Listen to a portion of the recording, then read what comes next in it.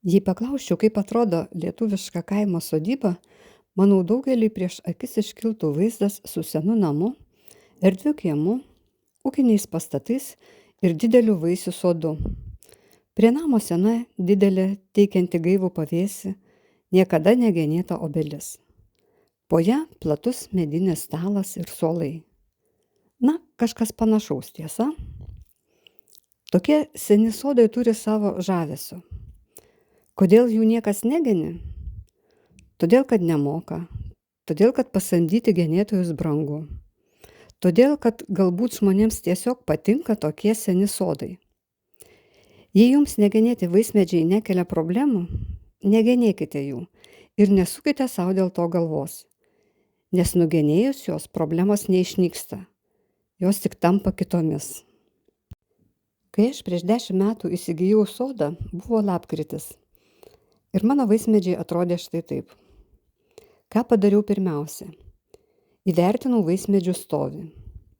2 obelų atsisakiau iš karto, dėl kitų turėjau apsispręsti ateinantį rudenį paragavusi vaisių. Ir be abejo žinojau, kad šiuos vaismedžius aš genėsiu.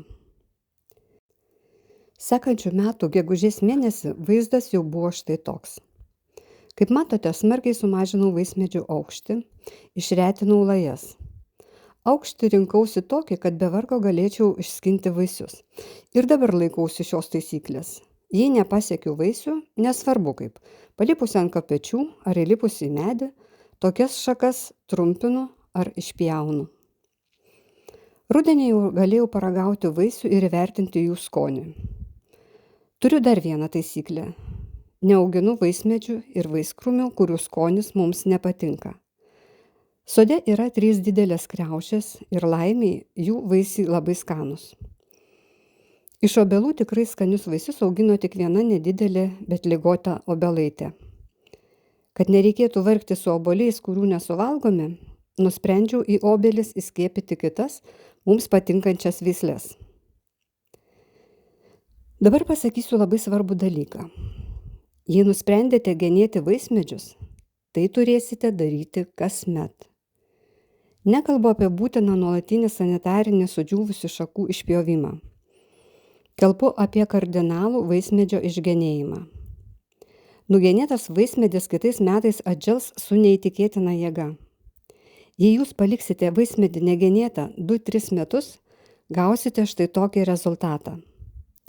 Dabar pamėginkite įsivaizduoti, kiek reikės įdėti pastangų, kad sutvarkytumėte tokį medį ir kiek po to bus ant jo žaizdų. Ir apskritai, kaip jis atrodys, kai užaugins lapus ir vaisius. Todėl pradėjus genėti reikės arba jums patiems tai daryti, arba kasmet samdyti profesionalą.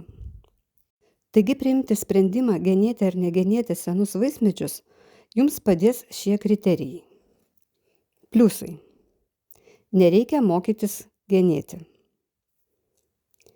Nereikia genėti, jei ir mokate. Nereikia kasmet samdyti genėtojų, kas beje labai nepigiai kainuoja. Natūrali medžio forma. Tai yra didinga, tai yra gražu. Daug pavėsio, jei jums jo reikia. Minusai. Prastesnė vaisių kokybė. Mažesni netokie gražūs ir netokie skanūs vaisiai. Daugiau ligų ir kenkėjų. Daug krituolių, tai reiškia, kad bus daug šiukšlių. Sunkesnis derliaus nuėmimas, tai reiškia, kad vaisių, kurie bus šakų galuose arba aukštai lajoje, jūs nepasieksite. Daug lapų rudenį. Pertekliniai vaisiai, tai reiškia, kad vaisius turėsite arba parduoti arba susandėliuoti.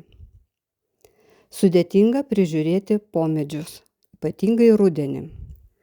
Tiek trumpai apie senų vaismedžių genėjimą. Linkiu nepasiduoti nei madoms, nei kitų nuomonėms. Priimkite tokį sprendimą, kuris leis jums jausti savo sode laimingo. Atsisveikinu su jumis, iki kito karto.